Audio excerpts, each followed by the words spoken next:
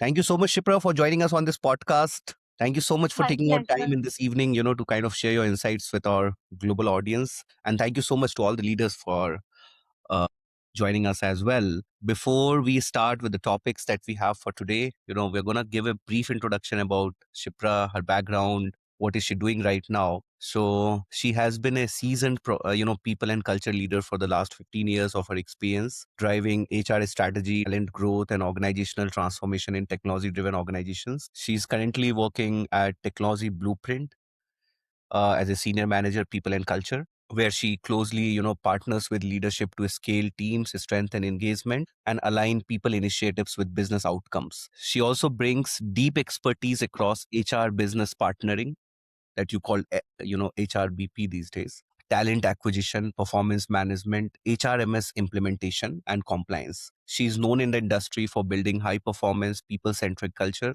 that enables sustainable growth. I welcome you, Shipra. Thank you so much for joining us. I hope the introduction was good. Yes, it was never been better. Thanks, Rishikesh, for having me. Thank you so much, Shipra, for joining us. Now, very quickly, the topic on which we'd like to pick your mind on is if you could share a real example where automation or digital HR tool significantly improved efficiency or employee experience. Sure. So, this is a very interesting example from my own experience, I would say. There were a lot of queries coming on the HR inbox with repetitive questions related to HR policies or related to some travel guidelines or documentations and all.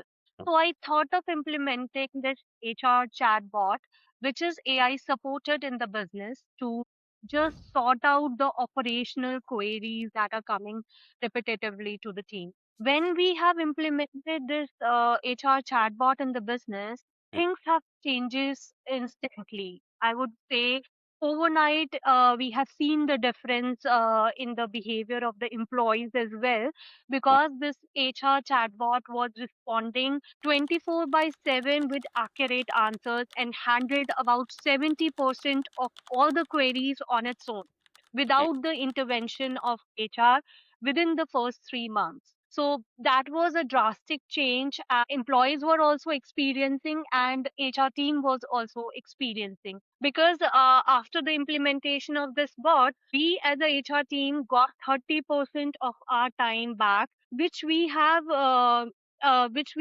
actually applied in different HR functions as well. Like it have allowed us to stop firefighting and focus on what truly matters in the HR, like building better onboarding plans, improving engagements, and showing up more human in the moments that counts. So that is the impact this AI driven HR chatbot had, shown in the business. And this is how we have changed the employee experience as well in the business. Thank you so much, Shipra, for kind of taking us through this experience.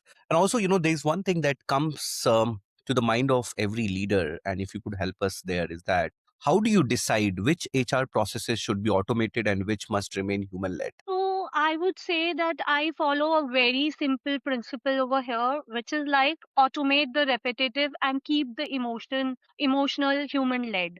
Because if a process is rule based or high volume, it's very easy to automate it, like policy queries, leave balances, document generation. It's a perfect thing for automation because employees will get a faster response and HR will get a precious time back as well. So these are the things which I feel can be automated, or we can take the help of AI. But anything that needs empathy, judgment, or real conversations, I feel that, like for example, performance feedbacks, conflict situations, or career discussions, where we actually need a human intervention, and all this thing needs emotional empathy as well, or emotional equation as well. So these are the things that can be human led only. So these moments shape trust as well in the business, and creates build a culture in the organization, and creates connection as well. So for me, I would say it's not about choosing between humans and technology. It's about choosing between automation to clear the noise, so the HR can show up more meaningful where it matters most. So yeah. Yes. Now, while we were going, through your LinkedIn posts and your profile as well, we kind of found out is that you have scaled teams by 40% while maintaining the hiring quality, and that's a very great number. So, what is specific, practices helped you build trust and accountability in a hybrid or distributed teams? So I would say that we have to focus on three C's whenever we are building a hybrid setup. And these three C's are connection, clarity, and consistency. So what we have done and what I have done, I would say personally in the business, we have set a clear crystal outcomes so that the people own their work without any micromanagement from their managers. So Yeah. what we have done, we have built intentional checkpoints, which are not just the status update, but real human check-ins.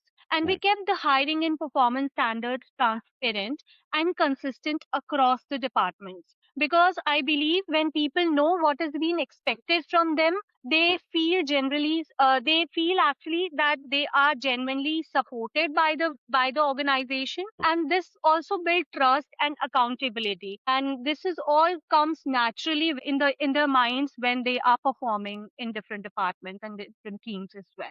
So for me, I think this is my priority area, that keep the conversation very clear and keep the OKR as well very crystal and clear within the teams. So yeah. And can you share a situation like, where the hybrid work created a performance or engagement challenge, and, Mhm. what did you do to resolve it? Absolutely.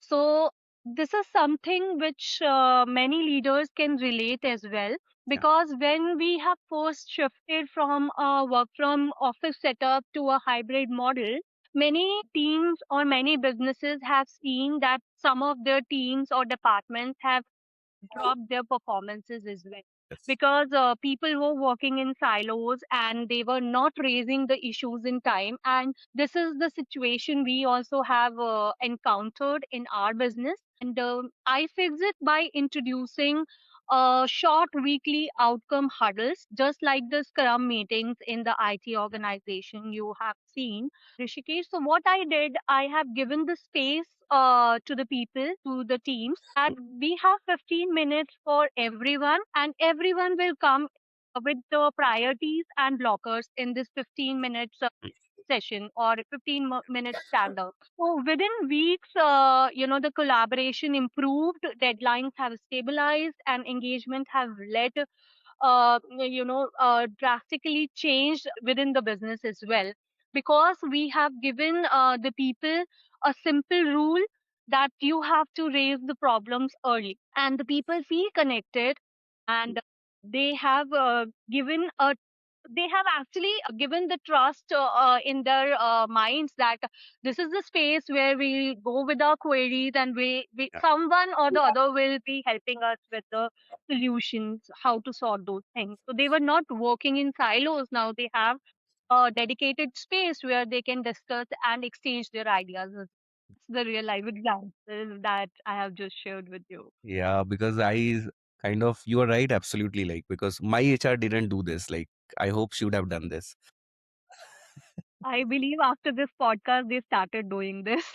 Yeah. Okay. So now, we see that, you are very, you put your voice for women in leadership, and we have a couple of topics on that to discuss as well. So can you share a defining moment where you had to assert your voice or influence a critical decision? And what did you learn from it? Okay, so a defining moment for me was in a leadership meeting that happened a couple of days back in the business, and the decision was looking great on paper, whatever the leadership team have taken. But if that decision came into existence, it could have hurt many employees' trust as well. And I noticed that I was the only one who was raising the voice and raising the impact what will have on the people. So I spoke up and I offered an alternative that balanced efficiency with culture. And it shifted the room, right? So what I learned from this whole thing, this whole incident, that your voice has an impact when it's grounded in clarity, conviction, and genuine care for the people. So sometimes influence isn't about being the loudest in the room or just raising your voice.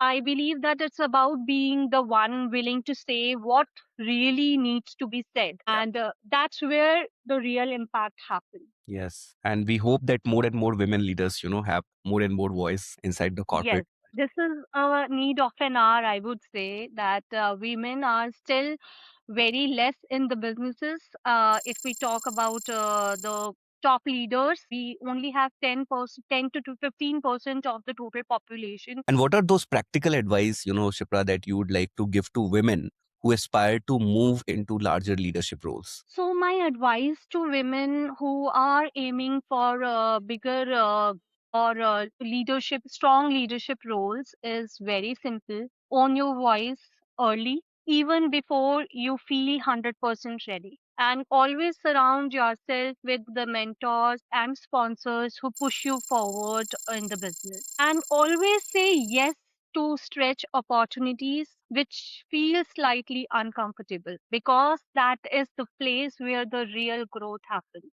Leadership isn't about perfection, it's about showing up with courage and consistency. And that's the mantra that's the mantra every woman should hold up, or every human should hold in their heart, that you have the courage to speak up, even no even everyone is just following up one decision. But Yeah. even if you have 1% not sure that this decision won't work, Mm. you should have that courage to speak up and take a stand for and always listen to your heart, because we all are in a people business.